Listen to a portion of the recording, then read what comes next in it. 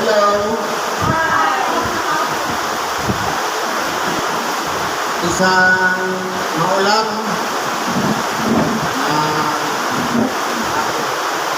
hapon sa bawat isa. Ngayon po, andito tayo sa pagpapatuloy ng gawain kung saan ating pong pinahati-hatian ang tinapay na nakalatag sa ating harapan upang ito po ay ating pakinabangan na sa ganon ito ay magsilbing gabay sa pang-araw-araw na pamumuhay. Meron po tayong itong dalawang sitas. Ang una po ayon sa Ebanghelyo ni Apostol San Mateo, Kapitulo 7, versikulo 21 hanggang sa 29.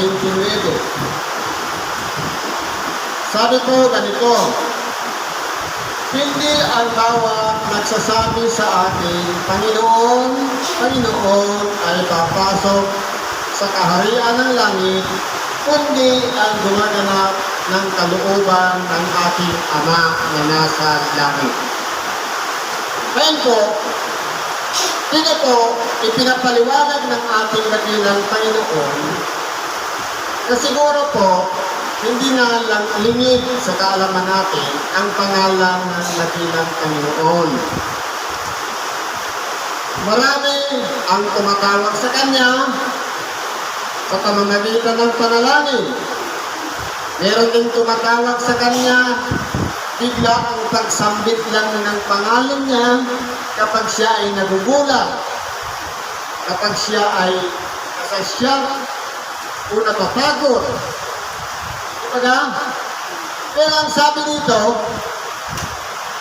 meron pong pagkakakilanlan yung may katapatan na tumatawag sa pangalan ng ating dakilang Panginoon. Kaya nga sinasabi niya, hindi ang bawat. Ibig sabihin, kung tayo man ay nakatawag sa Kanya, wala namang magandang purpose, hindi yun pinaghaharian ng langit. Sa magatuwid, ang hinahanap po ng Diyos, yung maliban sa tumatawag sa Kanya, ginaganap pa ang kalooban ng Kanyang anak. Dalawa po yan. Tinatawagan na ang pangalan ng dakilang Panginoon at siyempre, yung kalooban ng Ama sinusunod. Hindi pwedeng balik na rin. Kalooban ng anak at tumatawag sa Ama. Kundi dapat po ang bagay na yan, kalooban ng Ama at pangalan ng ating dakilang Panginoon, magkalakip po yan, magkasama. Kaya kung halimbawa, aksidente na banggit yung pangalan ng dakilang Panginoon, hindi ibig sabihin na sambitan natin ang pangalan ng Panginoon, pinaghaharian na ng langit. Kundi meron tinatawag na kalooban ng Amang nasa langit. Ano po ba yung kalooban ng Ama? Walang iba ang pinakatungkulin ng tao, sundin ang utos ng Diyos. Kaya po, masasabi natin na tayo ay pinaghaharian ng langit, meron po kasi siyang utos na ipinangaral ng kanyang bugtong na anak, ang ating dakilang Panginoon. Ito po ay tinahandahan niya, inunti-unti niya, kumbaga, sa pagkain na matanggapin ng tao, kunting muya na lang,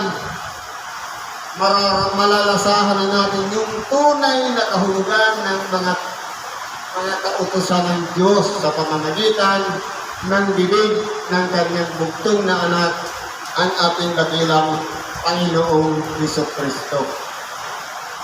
Ang tanong, yung kalooban po ba ng Ama na hindi pa bumababa ang ating dakilang Panginoon?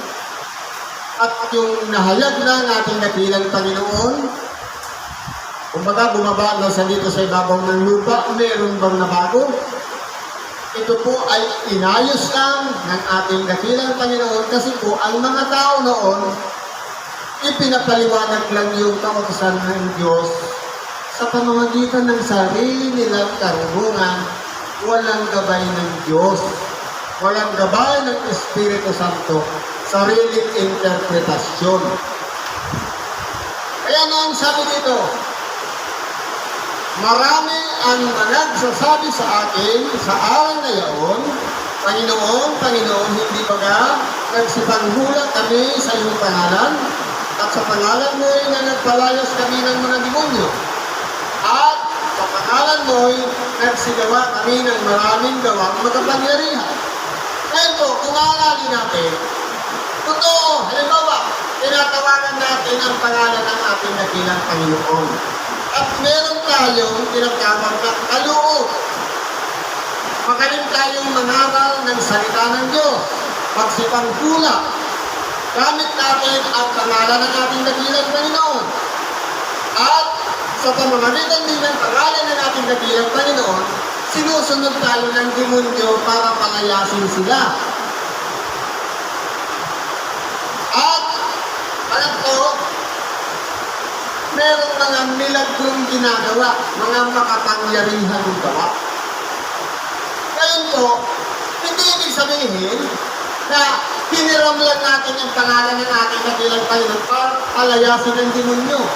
Kundi meron po siyang tinatawag na authority. Kasi po, ang tunay na ginagabayan ng Espiritu ng Diyos na sumasambit sa pangalan ng ating dakilang Panginoon, maging ang mga demonyo man takot doon sa tao na gumagamit ng pangalan ng dakilang Panginoon para palayasin sila.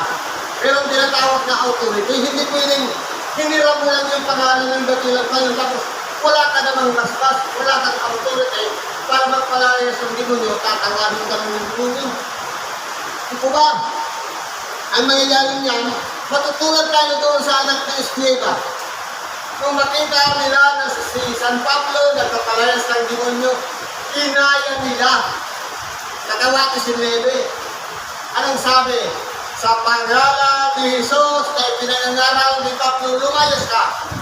Kung anong ginawa tayo ng demonyo? Sa galit ng demonyo, pinag-ulit-ulit ang damit ng taong sumambit ng pangalan ng dakilang Panginoon nang walang autoridad. Ibig sabihin, meron kong tinatawag na pagpapasbas. Yan ang authority na ibinibigay din ng isang taong may authority nang sa ganon, ang isang bagay ay kinukonsagra at pinagtitibay sa pamamagitan ng autoridad. Ganun po yun. Hindi pwede na, halimbawa, gusto natin magtayo ng sentro. Nagparestro lang tayo sa SEC. Pagkatapos, tayo, ganun na rin. Meron na tayong katibayan. Hindi pwede dapat pag-umpisa rin, kundi dapat galing noon sa taas. Pasa-pasa po yan. Tumadami na yan eh. Di ba? Nagmula lahat sa ating dakilang Panginoon. Pinaspasan niya ngayon yung 12 alagad. Sumalat ngayon yung 12 alagad. Dumami ngayon ang tagasunod ni Kristo. Sa mga katuwid, ang alagad ay dumami hanggang sa inabutan natin. Kaya, yung basbas, napakahalaga po yun. Di po ba? Pansinin natin, di ba yung mga nagpapalit ngayon? Hindi ka ihahayag na isa kang pare hanggat hindi ka pumunta doon sa rumah. Kasi siya ang nagtitibay sa'yo, magbibigay ng authority para italaga kang lehitimong pare. Ganun po yun, autoridad ang pinag-uusapan dito. Pagdating din naman sa halaga ng ating dakilang Panginoon, hindi pwedeng gayahin mo lang na sinambit mo ang pangalan ng dakilang Panginoon, marunong ka na magpalayas ng demonyo, nakakagawa ka lang ng milagro, nakakapangaral ka na ng salita ng Diyos. Kung walang authority, magiging illegal po. Kasi walang connection doon. Kaya sasabihin, hindi ko kayo kilala. Kasi wala siyang connection sa taas. Ano ka sabi dito? At kung magkagayo, ipahayag ko sa kanila, kailanman hindi ko kayo na nakikilala. Magsilayo kayo sa akin, kayong manggagawa ng katampalasanan. Ito po ang dapat na ingatan natin. Kilalanin natin muna ang ating mga sarili. Tayo ba ay sumusunod sa kalooban ng Diyos? Meron bang nagbasbas sa akin? Meron bang nagtalaga sa akin? May nagbigay ba sa atin ng kalooban? Kung iyan po ay legal na tinanggap natin, wala po tayong dapat ikatakot. Dahil kung yung nasa taas, na nagkonsagra, nagbasbas sa atin at nagtalaga, may authority din galing sa taas, sa makatuwid, tayo naman na itinalaga, meron din authority. Kasi pinasa. Di ba? Kaya, papanawagan natin, nakilala tayo ng Diyos. Kilala tayo ni Kristo dahil mayroon po siyang koneksyon sa ating dakilang Panginoon. Hindi siya daya na ginamit lang ang pangalan ng dakilang Panginoon, karunong ng magmilagro. Kaya sabi nga ng iba, hindi pwedeng ang pagtatayo ng sentro nakabatay lang sa seat registration. Kundi spiritually, meron tayong sinusunod na kahit ano nga banal, meron din yung mga alituntunin para sundan na pinanghahawakan nila para maingatan din nila ang kanilang mga pangalan. Di po ba? Kaya, sabi dito, ang bawat dumirinig ng aking mga salitang ito at ginaganap ay matutulad sa isang taong matalinong itinayo ang kanyang bahay sa ibabaw ng bato. Ngayon po, ano po bang klaseng bahay ito? Hindi po ito katulad ng ginagawang bahay ngayon, kundi yung sinaunang bahay. Kasi po ang bahay ngayon, ang pundasyon nasa ilalim ng lupa. Noon po, yung mga light materials na ang bahay, nakapatong siya sa bato. Ibig sabihin niya, intact siya. Kasi po, dapat yung kahoy na pinakahaligi, hindi dapat direktang tatama sa lupa. Dapat mayroon na mamagitan doon bato. Katulad din ni Kristo. Para ano? Para hindi po tayo magmalabis, hindi tayo magmalaki. Kasi po maraming mga tao na nabiyayaan lang ng konti, naturuan lang ng konti, natuto lang, minsan, mas magaling pa doon sa nagturo. Di po ba? Yun ang ibig sabihin ng ating dakilang Panginoon. Dapat, anuman ang kalagayan natin, kung tayo ay isang bahagi ng bahay, sabihin natin haligi. Ngayon, hindi siya dikit doon sa lupa na mamagitan dyan si Kristo. Ganun din yung connection natin sa Ama. Hindi pwedeng i-bypass natin si Kristo, hindi natin kailangan si Kristo. Kaya nga ang tao nilikha sa mababang kalagayan. Marupok, mahina, nagkakasakit, napapagod, nagugutom, nakukuha. Bakit? Para po, ang tao, hindi siya magmalaki. Ibig sabihin, kinakailangan pa natin ng tubig, ng hangin, ng pagkain, ng lakas, lahat ng bagay. Lalong-lalo na kailangan natin si Kristo sa ating buhay. Hindi pwedeng itayo natin ang ating sarili na hindi kasama si Kristo. Kaya nga, gagawin natin pundasyon yung bato. Si Kristo. Dapat po, nakasalig lahat kay Kristo. Huwag natin nabagay sa bahay ngayon, makabagong panahon na nakadugog sa itagiliran ng haligi, nakadikit sa lupa. Minsan, hindi na gumagamit ng bato. Di ba haligi, bato? May bato ba doon? Wala. Giling-giling pa nga yung bato eh. Ito po, ipinapalalagay dito ng ating dakilang Panginoon. Na tayo, huwag tayong aasa sa sarili nating lakas. Huwag tayong aasa sa sarili nating karunungan. Huwag tayong aasa kung ano ang meron tayo ngayon. Kung hindi lahat nakasalig lahat kay Kristo. Ganun po ang nais ng ating dakilang Panginoon, na kapag ang isang tao ay nabubuhay dito sa ibabaw ng lupa, umaasa lahat kay Kristo, ang tawag yan sa taong yan, matalino. Bakit po? Dumating man ang dagok sa buhay, ang problema, ang pagsubok, ang karamdaman, lahat ng yan ay mapagtatagumpayan natin kasi po, tumatayo tayo kasama si Kristo. Ibig sabihin yan, ang ating dakilang Panginoon, magkakaroon silang malasakit sa lahat ng mga taong nagtitiwala sa Kanya. Pero kung hindi nakasama si Kristo, hindi niya tinatawagan, kaya ko to, kung titingnan po natin, hindi tayo matatalos, umaabot ang ating pag-iisip kung papaano sinusubok ang tao. Pero, kung nandyan si Kristo, bibigyan niya tayo ng sapat na karunungan, ng sapat na kaalaman, at unawa nang sa ganon, makapagpasya tayo ng tama, makagawa tayo ng tama. Kasi, kung magawa tayo, nagpapasya tayo sa pamamagitan ng Ihesus Kristong nagbibiyan na palagi natin kasama. Ganun po yun. Kaya mangyayari nito, at kumagpat ang ulat, umaha, at humihit ang mga hangin, at hinampas ang bahay na yun, at hindi nabagsak sapagkat natatayo sa ibabaw ng bato. Ibig sabihin, nandoon pa rin yung bato. Kasi po kahit si Kristo man, kapag ang ating pananampalataya nakasali kay Kristo, hindi niya po tayo pababayaan. Palagi po siya nandyan para ipagsandalan tayo, para tulungan tayo, para gabayan tayo, at ingatan tayo na hindi tayo maibagsak. Kaya kung mapapansin natin, hindi ba minsan dumaranas tayo ng mga pagsubok? Bakit kaya kinakanya natin?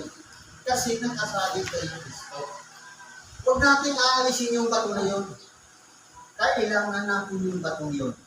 Walang iba, ang ating pananampalataya dapat nakasalig lahat kay Kristo. Huwag sa sarili nating karunungan. Ngayon po, kung halimbawa, tayo naman, nakikinig ng Ebanghelyo, pero walang application sa ating totoong buhay, sabi nito, ang bawat tumirinig ng ating mga salita nito at hindi ginaganap, kulang sa application sa pang-araw-araw na pamumuhay. Kumbaga, meron tayong dalawang tainga, tinatanggap ngayon yung maaral, yung salita ng Diyos, pero paglabas natin, hindi naman ginagawa. Halimbawa, ano yung aral? Ibigin mo ang iyong kaaway. Idalangin mo ang sa inyo yung nagsisiusig. Ngayon, pinakawalan na tayo, nasa labas na. Nakauwi na, galing sa simbahan. Ano nangyayari po yan? Yung kaaway pa rin. Kumbaga, hindi nagbago. Yung pamantayan sa buhay, ganun pa rin. Ito po yung mga taong mangmang. Sapagkat tinuruan na nga ni Kristo ng tamang pamamaraan kung paano mabuhay dito sa ibabaw ng lupa, matigas pa rin ang ulo.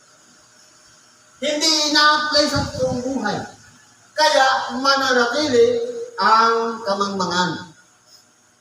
Ibig sabihin, kinakailangan natin ang pahalagahan ang mga turo ni Kristo para hindi po tayo tawaging mga mangmang. Ang mayayari nito, matutulad sa isang taong mangmang na itinayo ang kanyang bahay sa buhanginan. Ibig sabihin, itinayo sa kawalan.